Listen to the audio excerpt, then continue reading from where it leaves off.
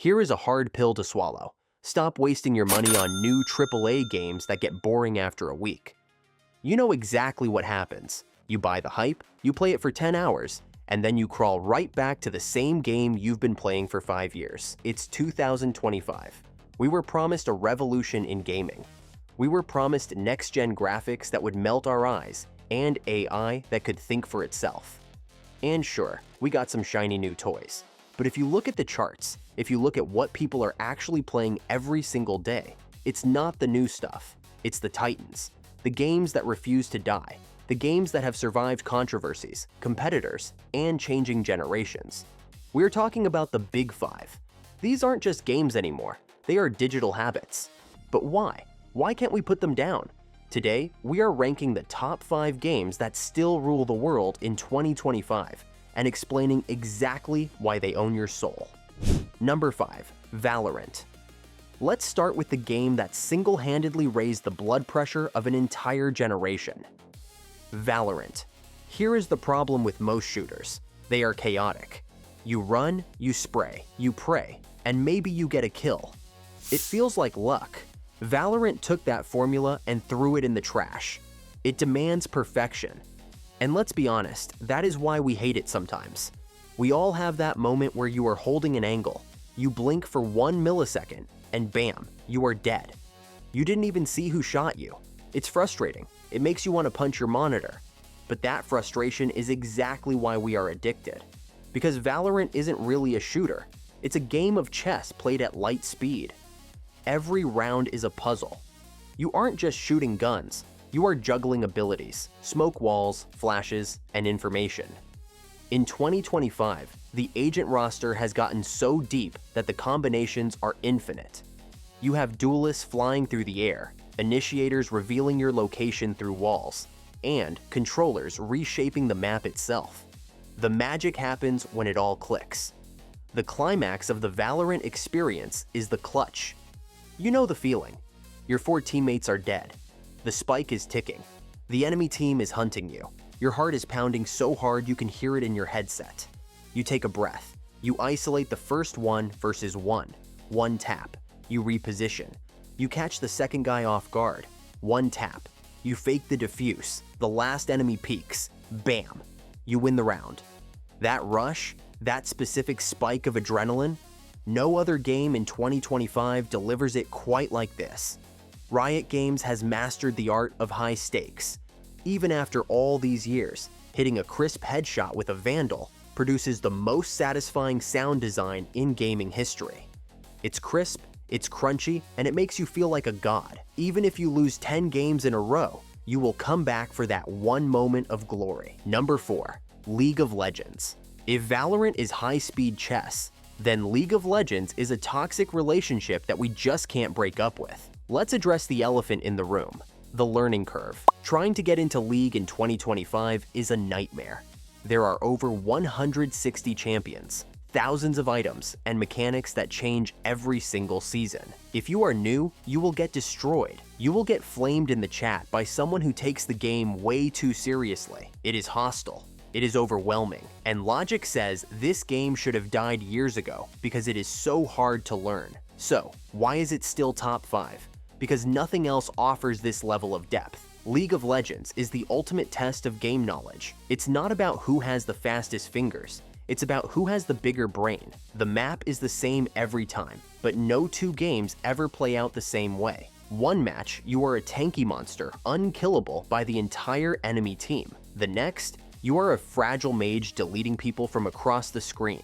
The developers at Riot have done something genius to keep it alive. They constantly reinvent the game. In 2025, the map changes, the objectives shift, and the meta evolves every few weeks. You can never truly master League because the finish line keeps moving. This creates an eternal loop of learning. You watch the esports pros pull off an insane combo, and you think, I can do that. Spoiler alert. You probably can't, but you queue up anyway. The climax of a League match is the team fight. After 30 minutes of farming and posturing, both teams meet at the Baron Pit. It's an explosion of color and chaos. Ults are flying, health bars are melting, and for 10 seconds, it is pure visual noise. But if you know what you are looking at, It's a symphony. When your team coordinates perfectly, chaining stuns, peeling for the carry, and wiping the enemy team, it feels like you just conducted an orchestra. That feeling of shared victory, of 5 strangers working as a perfect unit, is powerful. It covers up the pain of the previous 10 losses. Number 3. Fortnite. Now, we have to talk about the chameleon, the shapeshifter, Fortnite. Remember when we thought this was just a cartoon battle royale for kids?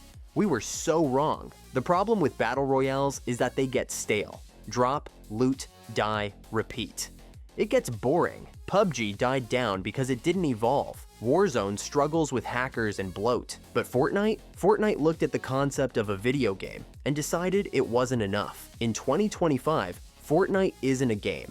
It is a platform. It is the closest thing we have to a metaverse that actually works. You aren't just dropping onto an island to shoot people anymore.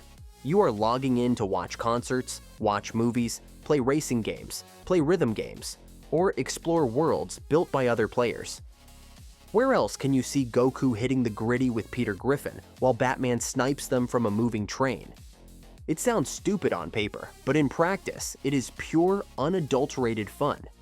It doesn't take itself seriously. It invites you to be silly. In a world of dark, gritty, serious games, Fortnite is a splash of neon color. But don't let the silliness fool you. The skill ceiling is terrifying. The building mechanic remains the most unique feature in shooter history. Watching 2 high-level players build fight is like watching architecture happen in fast forward. They are editing walls, building ramps, and taking shots in fractions of a second. It is dizzying. The key moment in Fortnite is the zero build endgame. Even if you hate building, the zero build mode saved the game for millions of older players. You are in the final circle. The storm is moving. Cover is scarce. It becomes a tactical shooter. You use a launch pad to rotate, slide down a hill, and catch the last guy healing behind a rock. The Victory Royale banner pops up. It doesn't matter how many times you've seen it, that slow motion finish still feels good. Fortnite wins because it evolves faster than we can get bored of it. Source 2. Grand Theft Auto. This one defies all logic. This game came out in 2013. Let that sink in. 2013. There are people playing Grand Theft Auto V today who weren't even born when it released. The problem for Rockstar should have been obvious. How do you keep a single-player crime game alive for over 12 years? The story is great, sure, but once you beat it, you beat it. And GTA Online started as a broken mess. It had loading screens that lasted longer than the actual missions. It was plagued by griefers on flying motorcycles, blowing you up for no reason. It was a nightmare. But the community took matters into their own hands. The reason GTA 5 is sitting at number 2 in 2025 isn't because of the heists or the cars. It's because of roleplay. RP servers changed everything. They turned Los Santos from a video game map into a living, breathing digital city. On these servers, you aren't the main character. You might be a cop, a paramedic, a taxi driver, or a fast food worker. You have to follow traffic laws. You have to actually talk to people. It became a social simulation. Content creators exploded this scene, creating storylines that were more dramatic and engaging than most TV shows. But even for the casual player, the vanilla GTA Online is a power fantasy that has no rival. You start with nothing, a beat-up car and a pistol. Over the years, you build a criminal empire. You buy nightclubs, bunkers, hangars filled with jets, and garages filled with supercars. It feeds that primal human desire to accumulate. You want the yacht. You want the penthouse. The climax of GTA is simply the sandbox chaos. It's getting 3 friends together, hopping into a heavily armored vehicle, and seeing how long you can survive a 5-star wanted level. It's launching a car off Mount Chiliad just to see what happens. It's the unscripted hilarity of physics glitching out. Rockstar created a world that feels solid, heavy, and real, and then gave us the keys to break it. Until GTA 6 truly takes over the world, GTA 5 remains the king of the open world. Number 1. Minecraft. And finally, the number 1 game of 2025. The game that is played in schools, in bedrooms, and in office break rooms. The game that transcends age, language, and culture. Minecraft. Here is the thing about the other games on this list. They tell you what to do. Shoot the bad guy, destroy the Nexus, survive the storm. They give you a goal. Minecraft gives you nothing.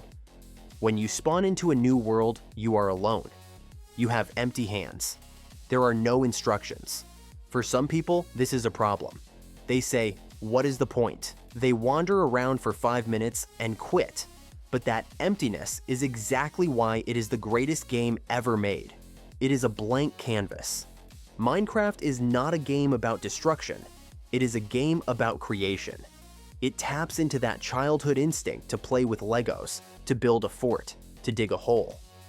In 2025, the complexity of this blocky world is mind-blowing.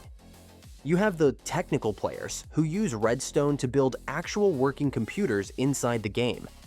They build farms that automatically harvest resources, so they never have to lift a finger. Then you have the builders who treat the game like digital art, constructing megacities, fantasy castles, and replicas of the entire Earth. But for most of us, the magic is in the survival journey. The exploration. You start by punching a tree.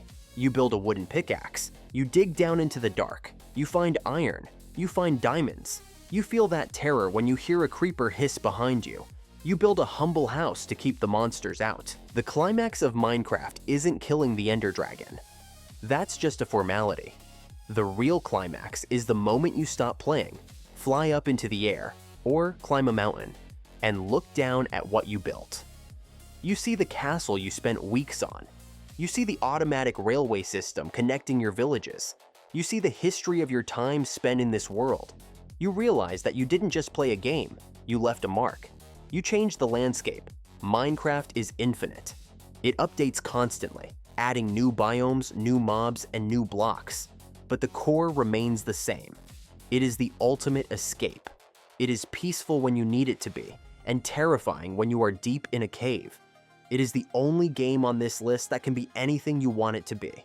And that is why, even in 2025, it is the undisputed king of gaming. So, there you have it. The industry keeps trying to sell us the next big thing, but the reality is that we found the best games years ago. Whether you are sweating in Valorant, raging in League, dancing in Fortnite, driving in GTA, or building in Minecraft, you are part of a history that isn't ending anytime soon. These games aren't going anywhere.